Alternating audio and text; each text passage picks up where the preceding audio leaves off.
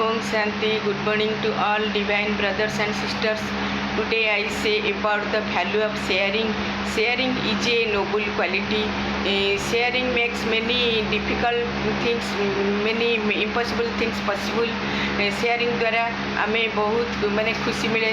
Share गोटे खाइबा जिनस जदि आमे शेयर करी खाइबा सेतरे बहुत आनंद मिले. आउ जदि आमे दुख सुख समस्त संगे शेयर करिबा तेबे सेतरे मध्ये बहुत दुख भी आमर चली जाए, बहुत खुशी भी आसे. तेणु भाई भूणी मैंने शेयरिंग नेचर को बजाय रखु, समस्त संगे शेयर करंतु.